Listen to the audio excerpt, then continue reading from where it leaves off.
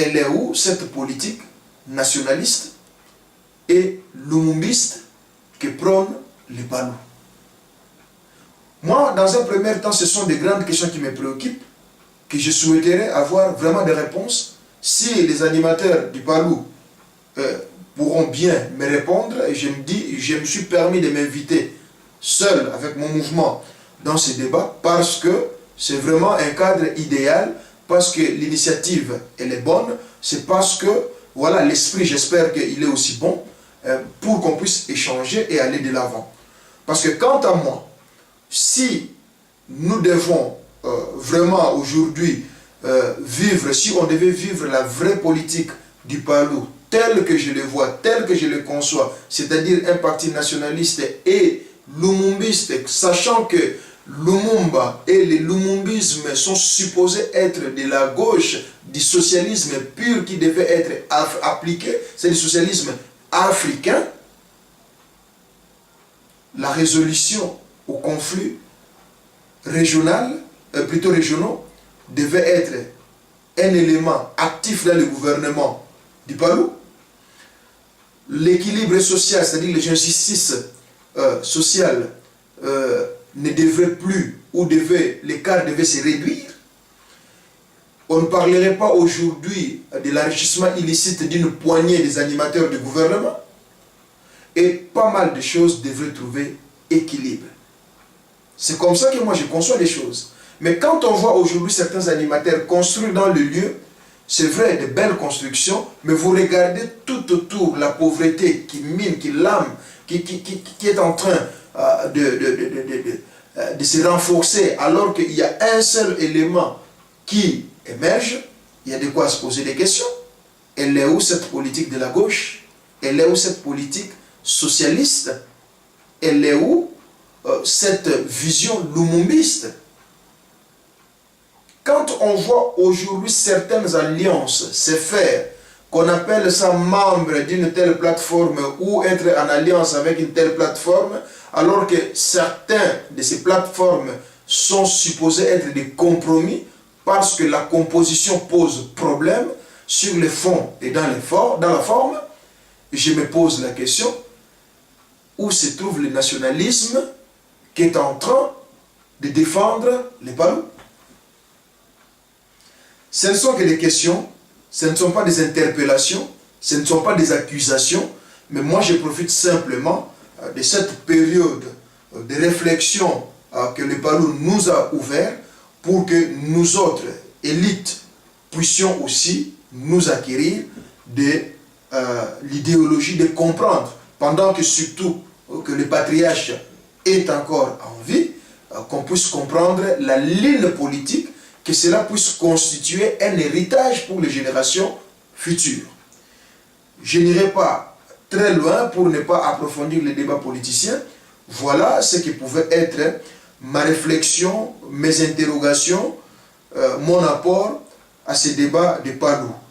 Et j'aimerais aussi surtout insister que nos amis de Palou, coup de chapeau, 54 ans, ce n'est pas peu de choses, mais je souhaiterais aussi que le patriarche Gizenga sorte un peu du Palou et pour qu'on puisse vraiment les considérer comme un patrimoine national au même rang que Patrice Emery Lumumba, au même rang que Etienne Tshisekedi, au même rang que Simaro Massia, au même rang que tous ces grands qui restent aujourd'hui des bibliothèques, des références d'une manière ou d'une autre, mais surtout des bibliothèques qui en savent plus sur l'histoire de notre pays dans différents secteurs.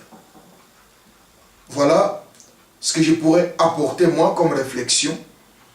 Sinon, ce que j'entendrais du Palou, c'est qu'on nous donne, qu'on nous trace, qu'on nous présente un programme politique avec l'idéologie lumumbiste basée sur la volonté d'une certaine indépendance, que ce soit l'indépendance politique et économique, c'est-à-dire créer une autonomie de peuple, toute une politique, mettre en place une politique qui permet au peuple de se libérer, parce que pour nous autres, la notion de la libération, nous la prenons comme, disons, une auto-prise en charge.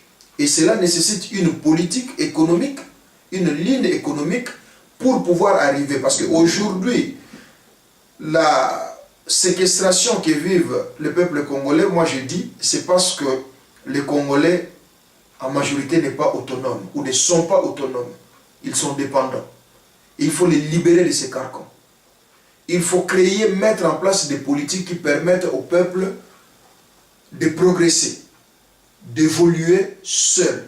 Parce que la vraie libération commence par soi-même. Si un individu se libère, c'est sa famille qui se libère, c'est son clan qui se libère, c'est toute une communauté qui se libère, et finalement, c'est un peuple, c'est tout un peuple, une nation qui se libère.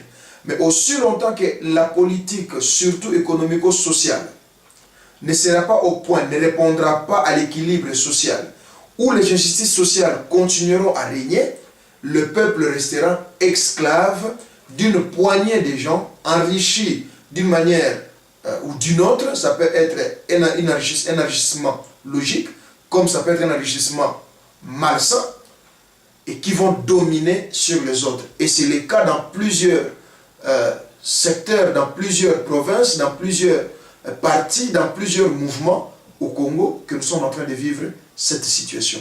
Voilà un peu notre vision, notre ligne.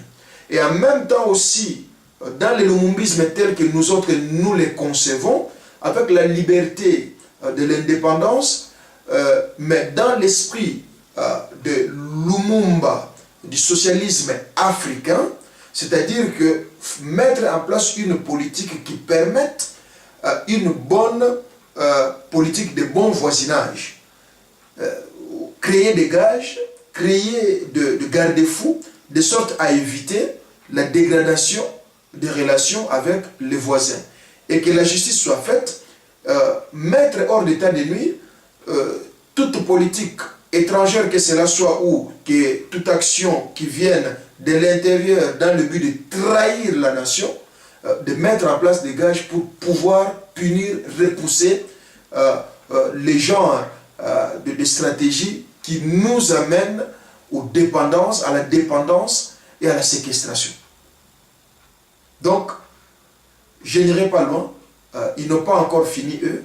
Mais moi, surtout, moi, je les attends vraiment sur la ligne de la gauche, sur le socialisme, parce que ce qui doit être, ce qui était la vision de Lumumba, comment est-ce que les Palus vit, voient, envisagent une politique socialiste en RDC. Et c'est là où nous allons échanger. Jusque-là, portez-vous bien.